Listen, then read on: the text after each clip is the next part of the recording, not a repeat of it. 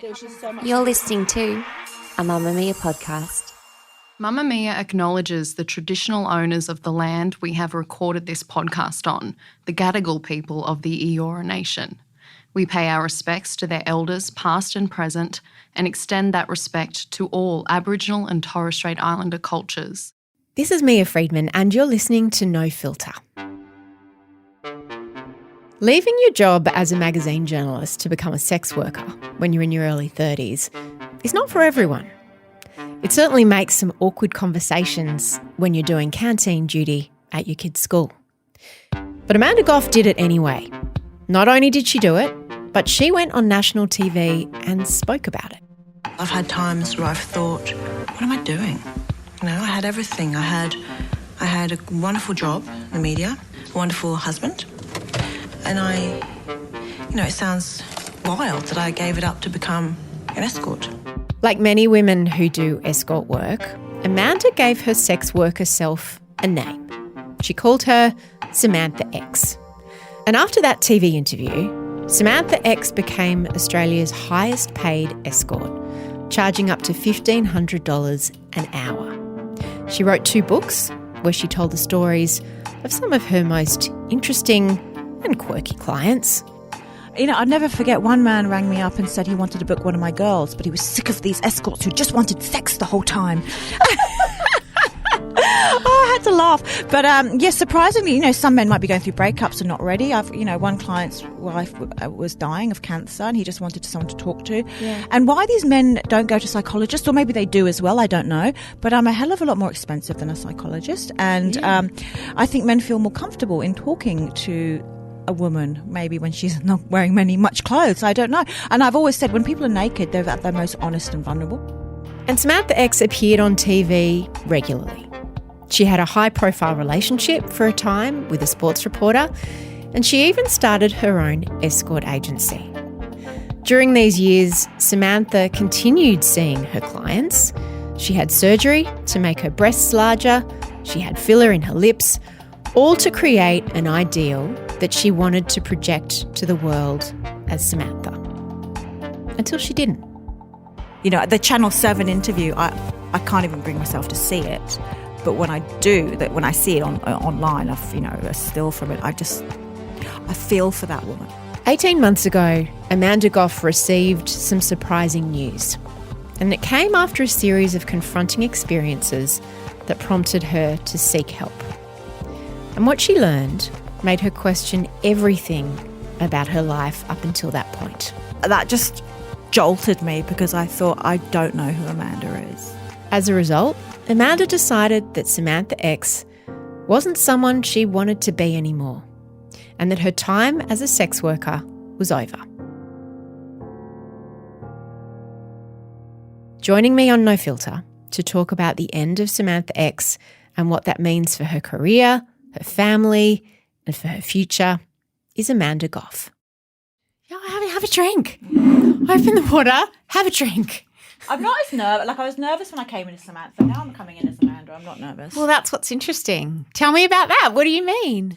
Well, when I did media as Samantha, I felt like I was a bit of a fraud because I never felt like Samantha. I knew what she personified in the media, and I know why women used to contact me wanting to be like this character Samantha, but I always inherently I felt it wasn't me. So now I'm coming to see you as Amanda. I feel relaxed about it. I just feel like a huge weight off my shoulders, to be honest. I wonder if that's why you look different, because you look younger. I mean, I haven't seen you. A lot of things have happened. You stopped drinking. Lots of things have happened. Yeah. But you look different. You look younger. Do I really? You look like you've had less work. Yeah. Your lips look smaller. Oh my God. I know. Look, no judgment. No, but no you just judgment. Yeah, look yes. different. Yes. I guess I feel different. Samantha, I feel I was playing a part and I sort of created this amazing character that I love and I still love. But when I look back at photographs or I read news articles or I see, God forbid, the pictures of me in lingerie God, I absolutely cringe. I do not recognise that woman. What do you cringe at? Not necessarily my choice of leaving media to be an escort. I mean, I know it's controversial, and I'm still a big advocate of the industry, and I still believe women can do what they want with their bodies and it's no one else's business. I made it everyone's business because I went on national television in Australia, I went on TV in Los Angeles, and I went on TV in London. And I think the thing that I look back on and feel a bit mortified is the fact I was so public about it and, had zero filter about it. And now, it has affected people close to me, my decisions. And while I don't regret them necessarily, and now the fog has cleared, I look back and I think, who is that woman? I wouldn't have the balls to do that, Does that make sense? 100%. Yeah. Do you remember the first time you got paid for sex? Yes, I do. And I was sitting on a bed in a very upmarket unit it's a penthouse in North Sydney, and I was sitting there and I was thinking, oh my God, was that it? This is so easy. And it was a bit of an anticlimax because since I was younger, like 15, 16, 17, I'd sort of always been intrigued about that world. My family and I grew up in London, and we used to go to Nice, the south of France, and I used to look out of the window and see all these glamorous women getting into Rolls Royces and Bentleys, and I used to say to my mum, who are those women? And she said, les femmes de la nuit. I think I got my pronouns wrong there or whatever you say, la nuit, la nuit. And I thought, they're so exotic and glamorous. And I think it was always in my head. So when I finally made the move to become one of those women, it was a bit of an anticlimax. It was just very kitchen table. How did it come about? How did you find yourself in that hotel room? Who was the guy? Where were you at in your life? Okay, so that's a good question because I really don't know who I was at that stage in my life. I was searching for something. I didn't really feel I fitted in to my life that I was living. It was a very conventional life. I was recently single from separating from my partner, a single mom. I was working in the media for a magazine 3 days a week, and I just did my research. I was a journalist, so I did my research and came across an establishment, a very, very boutique one, and just made a phone call. And, I was almost testing myself to see if I could do it. What made you want to do it in the first place? Did it go back to that thinking about the women that you'd seen in France, or did you need the money, or were you bored? Were you horny? No, it wasn't about sex to me. It was about pushing boundaries and, testing myself. And, I was on some kind of quest. I had to, if I want to do something, I have to find out a way to do it. And it'd been on my mind and I knew I had to tick that box. And so I went ahead and did it. I tried to do it previously, but I always chickened out. I always used to look at websites or, in the olden days when we had the directories, I used to go through the back of the paper or the directory, and I was just so fascinated. So it was something I felt I had to do. I didn't need the money. I had a great job. I had a great career. I wasn't an addict. I wasn't, and we're not saying women and men in the industry are addicts. I'm just saying there wasn't the desperation to me doing it. It was more of an intrigue. It was an intrigue. It was a curiosity. What was the sex like? I don't know if you'd call it sex, but it was 30 seconds of a fumble. Wow. And I thought, this man is not here for sex. And that's something that I learned as Samantha. What made you think that he wasn't there for sex when he was there for sex and he was paying you for sex? Because I think men go into it thinking they want sex and thinking that's what it's about. But in fact, I got his whole life story and, we talked about everything. And, it's almost like he didn't want to go because he wanted to carry on talking. And then I thought to myself, God, men don't really talk. I'd never really heard a man talk before about stuff, important stuff. That's so counterintuitive what you say, because so many women complain that their male partners don't want to talk. So they go and see a sex worker to talk. That's right. And I've heard so many. I wrote my 2 books on men's stories because sometimes you can't shut them up. Is it that they want to talk to someone that they don't owe anything to and that doesn't really have an opinion about what they say? It's not having an opinion because they quite often ask me what to do or for my advice. What I've heard them say when I ask them, because I usually say, if you see a counsellor, it's a lot cheaper than me. You know, at the end of my career as Samantha, I was charging nearly $2,000 an hour. But, you know, a counsellor is $180. But if they say, why would I go and see a counsellor? Because I would feel judged. So I think for men, they see a sex worker as a safe space. I don't know why. Maybe because when we're naked, we're vulnerable. Everyone's vulnerable. We're all on the same level. And I don't just go, I hear you, I hear you. You know, not saying that all counsellors do, because I've been to some amazing counsellors. But counsellors can't really tell you what they think, whereas I can, and I'm not bound by any kind of code. You know, I can say, well, actually, I don't think you should do that, or, you know, I think that you're doing the right, you know, blah, So blah. they were looking for a sounding board, something. I think so. And, you know, I'd hear everything, and it always makes me laugh that the man can be powerful and rich or, you know, extremely successful, but they're terrified of when they walk through the door. And that's what to see you. Yes. Or to see Samantha. Yes, I think to see this empowered, strong woman, they would always say they're intimidated or they'd be shaking, and I'd always smile to myself thinking, I can't believe they're nervous. But, you know, they're very, you know, some of them are they have to do a lot for their jobs, which I couldn't do. But, yeah, and that's what I'll really miss is the stories. Do you remember the last time you were paid for sex? It was a few weeks ago, yeah. You say pay for sex, but I always have to think back in my head because I can remember the coffees and I can remember the dinner and I can remember the lunch and I can remember the conversation, but I can never remember the paid for sex bit. So that's interesting you say that. What do you mean? Well, because some of my clients aren't, you know, we don't have sex. You know, I had a beautiful lunch not so long ago in Melbourne with a client and there was no sex, but I was still paid for my time. So you're still paid for your time as Amanda or as Samantha? As Samantha. Samantha is still paid for her time. Yes. But does Samantha still have sex for money? I don't do it anymore, no. So Samantha is winding it down, whereas Amanda doesn't do it. I'm saying goodbye to a few of my clients and I've got some beautiful cards, but it's not really about sex. But has Amanda ever done it? Amanda's never done it. Amanda's never had sex for money. Never. So when you say you're winding it down, you're winding Samantha up. Yeah. So saying goodbye to some clients might involve sex, might not involve sex, but you're sort of doing a farewell tour? Yeah, I've sort Like of John Farnham. Yeah, like Cher, as my friend says. Or Elton. Yeah. Yes, I am. And I've pretty much done it. You know, once I've made my mind up, I've had some beautiful cards and, you know, some Saying what?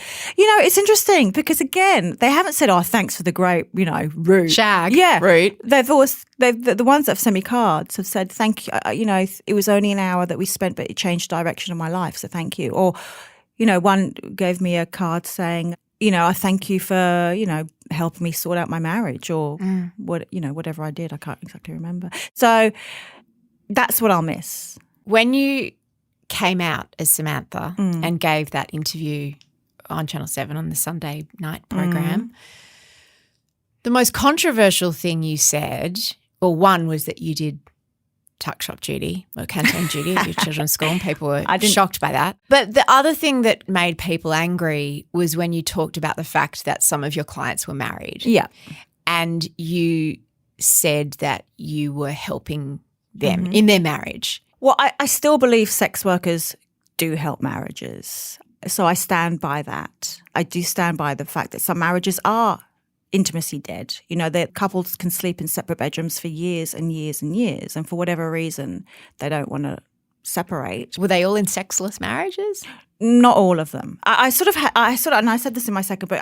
Out of the married men, I'd see there was categories. So there'd be the very unhappily married man who didn't want to leave because of the children and the money and can't stand his wife.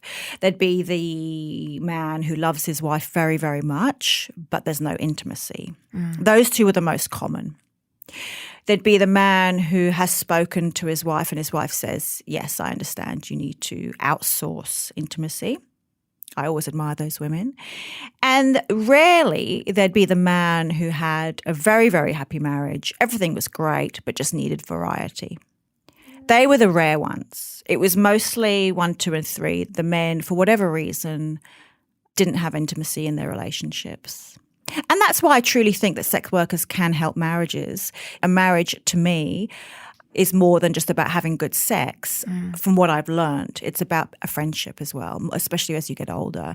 And, you know, these men love their wives. They just physically need a release. So you decided to go public, and then you went public a few more times, and you became probably the most high-profile escort in Australia. I imagine that was really good for business, wasn't it? I mean, I think you once told me that the people who just want to be with you because you're famous are not the clients you want. Yes. Why is that? What were they like, the people who wanted to sort of they were in awe. fuck you? You know, they were in awe. You know, they were just, I feel like I'm with a celebrity, and I just never felt that. So, yeah. It wasn't so much about star fucking. It was just they were just in awe, and I felt uncomfortable with that. How does a sex worker decide how much to charge? You just pull it out of a hat. Like, is there a standard rate? Like, how do you work it out? Well, I used to get a lot of women approach me saying, I want to be an escort. How do I do it? What should I charge? And I always say, don't go in too expensive because you haven't been on the scene for too long. Start at around 400, 500 an hour, which is, even that sounds a lot. I mean, it is a lot of money. It is a lot of money. I can't believe that men pay the prices that I charge, to be honest. And you had clients that would pay, because what was your rate? $1,500 for 1 hour. And you had different packages, like you had, overnights or girlfriend packages or things, but you had some clients that would like rent an expensive hotel room. There was a guy in Melbourne who rented a big suite in Crown and invited you over to watch TV. Yeah. He was quite a young guy too, wasn't he? Yeah, you've got a good memory. Yeah, you've got a great memory. I don't even remember this stuff. I don't know my own children's mobile phone numbers, but I remember this client from your second book that we talked about in our last interview. Oh my God, that was years ago. Yes. But explain to someone who doesn't understand, what was his vibe? What was that about? I don't know. Look, even to this day, I don't know. He was a lovely, lovely guy, and I don't know where he got all his money from. I think he worked as a trade. I don't know. I think it was a tradie. But we just watched a cricket. From memory, it was cricket, and I find cricket excruciatingly boring. Sorry if there's any cricketers listening. And I just thought, surely he's going to want me to do something, and I kept on waiting, but he just didn't. And then we were watching the cricket, and then afterwards, I left, and he sent me a message saying, thanks for a great night. And I just thought, well, okay. Were you safe? I've always been safe, yeah. I've had one incident, but yeah, I've had worse. I always say I felt more unsafe as Amanda than Samantha, because Samantha, I have boundaries and men are terrified. I have the control, whereas Amanda, that's what I need to take from Samantha, actually. If there's anything I've learned from her, it's to take control and boundaries, and I learned that from her. You were very high profile for a few years. Yeah. You started your own agency. Mm-hmm. How did that go? Good. What kind of women wanted to join your agency? Women over 40. Really? Yeah. Why? 90% of them were over 40. Got to a stage in their lives, they were disillusioned with a career, had enough, wanted more disposable income, marriage didn't work, or left their husbands, or their husbands left them, and they always wanted the fantasy. They wanted to do something for themselves, for their sexuality, and to feel empowered. I know that's a very easy word to say these days, but they wanted to feel sexual and desired. And, I think there's an attitude that we used to have that women over 40 are invisible. Well, I really hope that one of Samantha's messages was that they are not. They're coming into their bloom. We're MILFs. MILFs, yeah. MILFs. You had one escort who I think was in her 60s. Yes, 66, yes, or 64. Yeah. So as a civilian, I would have thought men all wanted hot 22-year-olds like in the non-sex worker world. Why is that not the case? Because it's not about sex, it's about experience. It's about confidence. It's about feeling comfortable with someone. It's not about having the best boobs and the tightest bum. It never has been. It's about, and I'm sure there is for sure a market for that, But men who have that kind of money, in my experience, want someone with experience. They want someone who's lived, who can talk, who can hold a conversation, who can go for dinner and not look like their daughter, who can, have a pseudo relationship with a friendship. And that's why women over 40 do very, very well in this industry. And I always, girls used to approach me if they were under 30, I'm always go and have a career. If you want to get married, go and have kids, because this industry is incredibly hard to leave. And if you've done all that and then you still want to do it, great. Why is it hard to leave? Flexibility, the money, the thrill, the connection, it's it's hard to leave. So why are you leaving? I'm evolving, and I think that I've done it and I've done it well and I've got some great clients and I've had a great time. But there's an aspect of me now that can look back on it now and think, when I was diagnosed with bipolar, which was about 18 months ago, it was a massive relief for me. And now I'm medicated. The professor, Gordon Parker, said to me, "You will finally know who Amanda is." That just jolted me because I thought, I don't know who Amanda is. I've created this character. I was Amanda. I didn't know where I was in the world. I had a conventional life, conventional relationship. I walked out of that and I created this character and I created this life and I didn't feel like me. And this image. Yeah, it wasn't me. I never really talked about sex because I get very shy talking about sex, so I don't talk about sex. All these amazing sexperts on the scene now, I admire them for talking about pussy and dick because I never talk about that. No, as long as I've known you, you've always been very proper is the word I'm going to probably say. Like conservative. Very. I'm a prude. I'm actually a prude. I'm actually, if someone talks about sex, I wince. Don't talk about it. But Samantha obviously was not that. No. And would talk about it and do the things and say the words. Absolutely. What led you to your diagnosis? Well, I got sober. What made you get sober? Oh, desperation. I was the champagne party girl. I had to get better. My behaviour was becoming out of control. Would you remember the things that you'd done? Not always. I blacked out. I never used to drink in the morning. I never used to drink in the afternoon really. But once I started, or every day, but once I started drinking, there was no filter. There was I couldn't predict what was going to happen. And you couldn't stop? I couldn't stop, no.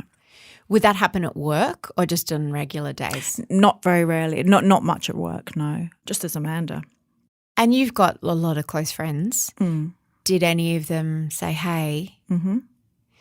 Did you listen? Not really. I think denial's a very powerful thing and I just thought, what do they know? And then I had a sort of light bulb moment. I went to a mum and dad sort of school barbecue at a friend's house full of mums and dads in Bondi. I got so smashed. It was during the day and I remember going there thinking, don't drink, don't drink, don't drink. Don't drink, don't drink, don't drink. Of course I drank. And I just remember one of the mums saying, that was pretty inappropriate thing to say. And I don't remember what I said. And I still don't remember and I don't want to know what I said. But anyway, that she said, you need to ring this mum and apologise the next day. So I did. And I said, such and such. I believe I said something inappropriate. I'm really sorry. Thinking she'd go, we're all trashed. And she said, Amanda, your behaviour yesterday was the reason I've been sober for 10 years. And that made hairs go up on the back of my neck. And I thought, shit. Hairs just went up on the back of my neck. Wow. And she said, I can't tell you what to do with your life, but I was like you. I was the party girl until my boyfriend jumped off the gap, which is a cliff in Sydney. You know what, though, Mia? Even then, I thought, oh, God, yeah. But I went to a recovery group and... But that made you go, yeah. What was your rock bottom? Or is that a cliche? I didn't hit my rock bottom yet. I was on my way. I was on my way. What made you stop rolling your eyes and actually go to – did you go to rehab? No, I didn't go to – I would have loved to have gone to rehab. It would have been a nice break. But no, I went to AA and, it saved me and I have a lot of gratitude for that. And I haven't had alcohol now for 4 years, which is amazing. Yeah. But back to your question, the diagnosis, because my behaviour didn't change.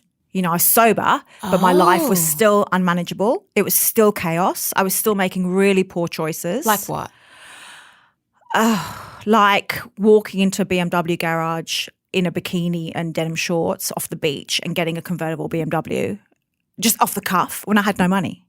Or, going to pick up the dry cleaning and coming back with a Great Dane, an aggressive dog from a rescue centre. A Great Dane. Yeah. And then picking up the kids with a Great Dane sticking out the roof. And they go, another dog. I had a cage in my kitchen. My kitchen was small, the size of this table, which is pretty big, full of 3 dogs, and I had 2 cats. And it was chaos. My life was chaos. And then I'd have these episodes. So I was really, really high and happy and manic, and I'd make decisions like that. And I'd be very creative and have lots of ideas. And then I would slump and I wouldn't be able to get out of bed and I'd feel suicidal and I'd think everyone would be better off without me. And it just used to cycle. I didn't really notice it more, as much as other people. And then sounds obvious when you say it now, but what did you think? I have depression, I'm moody, I'm in a really good mood. When did you start putting it together? Well, I mentioned off the cuff to my psychologist that, we were finishing the session and I said, oh, by the way, I feel suicidal sometimes, which is apparently a really common thing for people. They say that the crunch right at the end of the session. And she said, what do you mean? And I said, oh, I'll just be on the phone to a friend and I would think, I'll put the phone down and I think, oh, I might go and kill myself now. And she goes, are the thoughts intrusive? And I said, yes, because I don't want to do it and I'm not going to do it, but I keep on thinking about it. And then she said, I think you might be bipolar. And she referred me to a bipolar psychologist who referred me to Professor Gordon Parker. What's the diagnosis process? Does he just talk to you? Is there a test? He just talks to you and you just go through how you feel in the mania. And I told him about Samantha and the character I'd created. And at the end of the hour, he said, because I assumed he would say, no, you're fine. But he said, Amanda, usually I'm 80% sure my patients have bipolar. He said, with you, I'm 100% sure. And I was like, oh, God, that's what it is. And I burst into tears. And he said, what, are you okay? I said, I'm just so relieved that there is a name for this, I'm so relieved. And of course, I told everyone in my life and they were like, world's worst secret. That was 18 months ago. And since I've been, the medication took a few tweaks because the medication can kill your creativity. And it did for a while. And I was slumping because I didn't feel that high. I didn't feel the low necessarily. I just felt too flatline and I lost that. Because bipolar can be a gift because you're very creative and you can achieve a lot. And I wrote my books really quickly. But in a manic state. In a manic state. And I reckon most of Samantha's life was a manic state, in and out, where now I'm getting better. I look back on that life and I don't recognise that woman. The Channel 7 interview, I can't even bring myself to see it. But when I do, when I see it online, a still from it, I feel for that woman. I don't feel like this. I don't even look like her anymore. So, can you explain what bipolar is?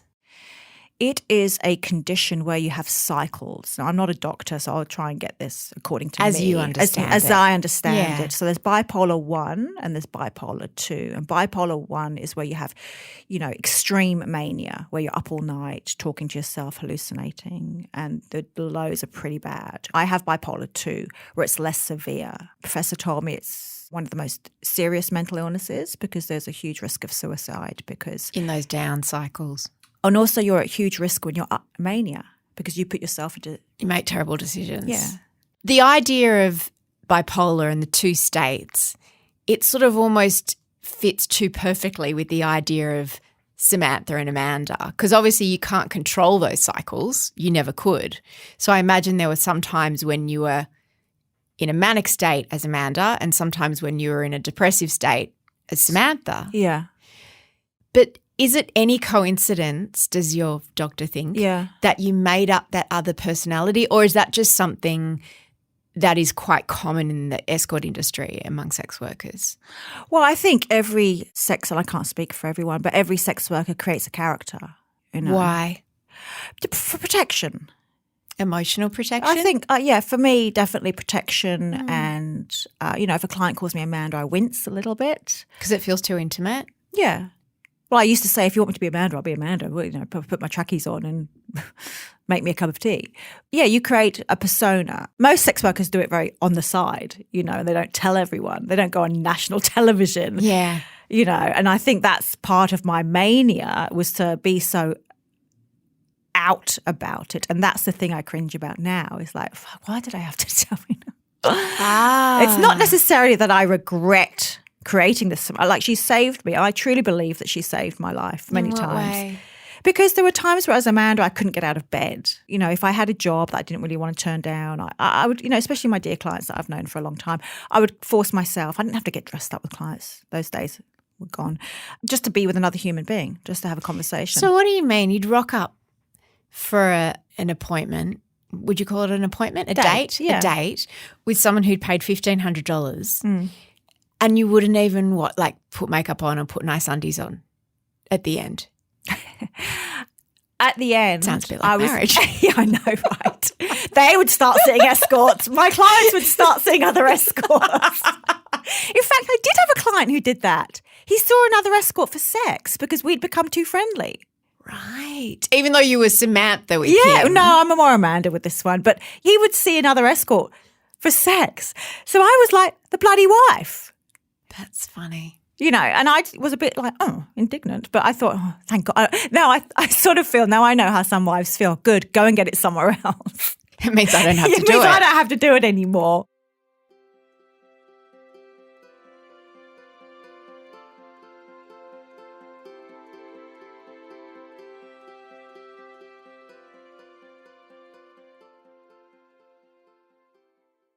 So tell me the connection between being diagnosed and deciding that Samantha had to sort of exit stage left gracefully into the wings.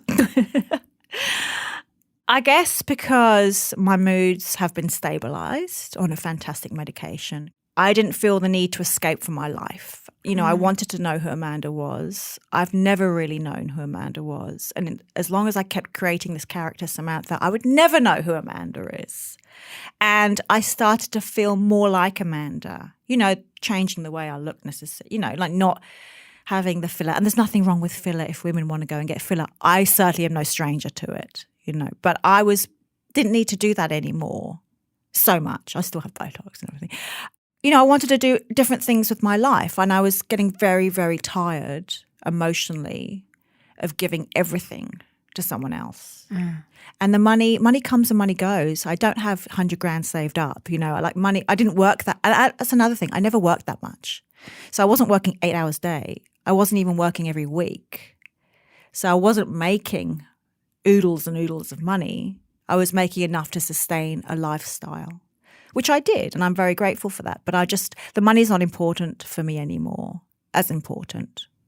How are you going to sustain your lifestyle now? Well, I've been thinking about what I want to do, and I'm excited about the future. And I'm doing a coaching course in January, an executive coaching course, because I truly believe I would love to still offer that safe space for men and just do it with my clothes on.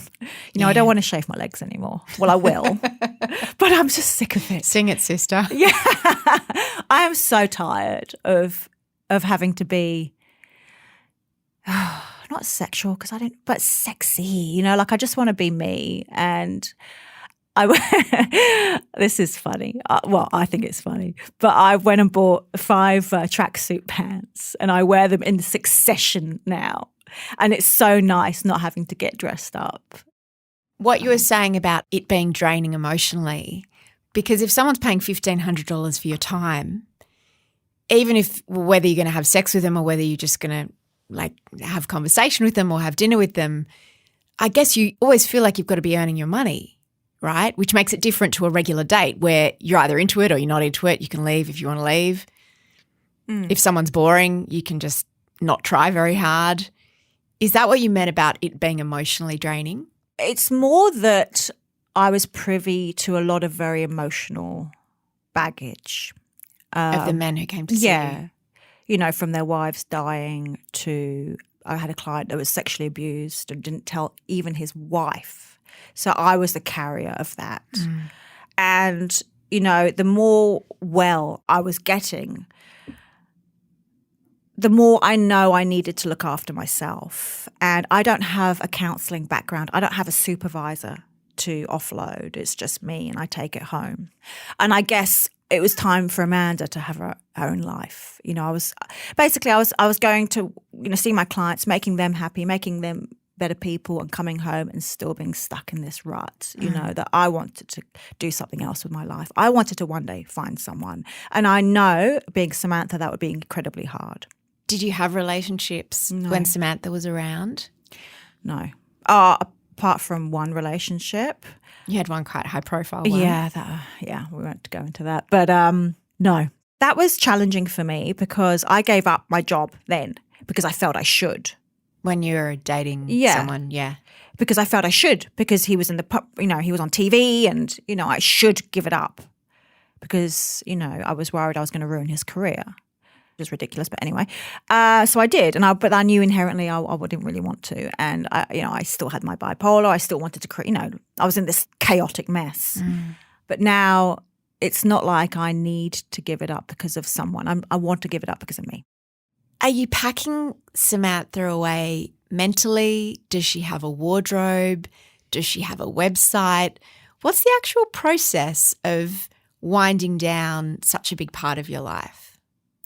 Unfortunately, I can't go onto the internet and delete everything because that's what I'd really love to do.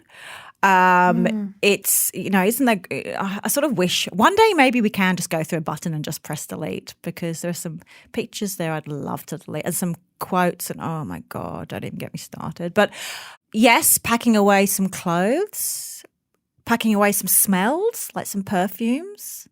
Oh, that's interesting. So Samantha had a specific fragrance. Yeah. What was it? It's Labrido, the tulip. I don't know if I say Labrido right, but it's from Mecca Cosmetica and it's the most stunning, gorgeous perfume. But I sort of feel it's a part. You know, smells are so evocative. Is that the right word, evocative? Yeah. 100%. So when you had to, you know, you'd been Amanda all day, but you had to go to work as Samantha, what would be the transformation process? You know, it's funny. I'd be Samantha during the day and Amanda at night because most of my clients were during the day. Oh. My job was mostly during the day.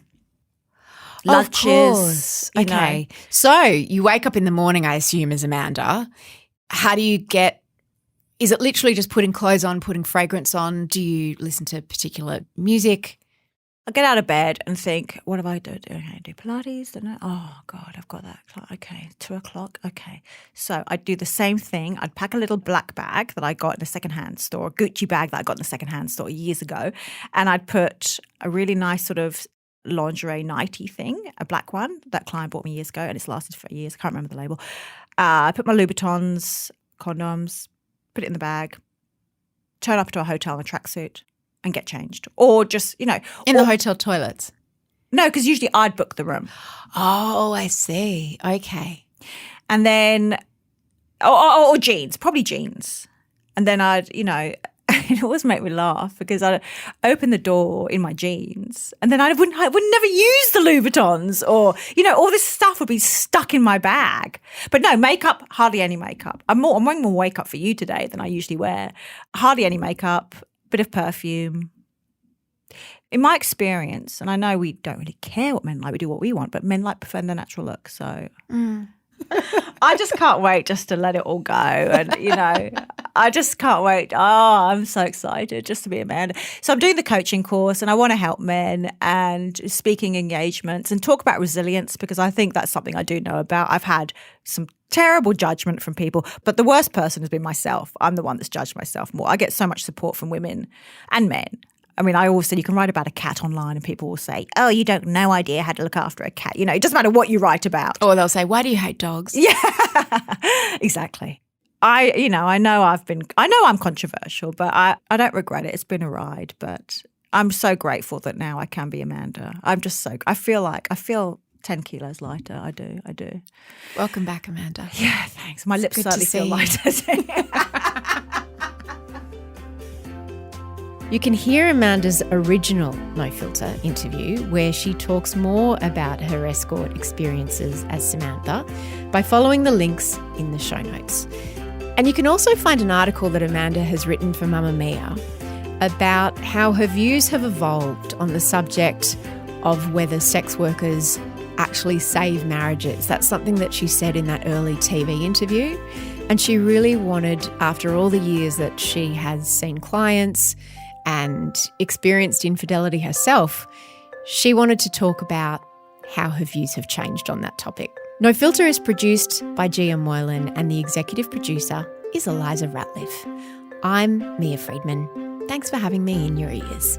If you believe in women's media, if you believe in a purpose-driven media company like Mamamia, whose core purpose is to make the world a better place for women and girls, please consider becoming a paid subscriber to Mamamia.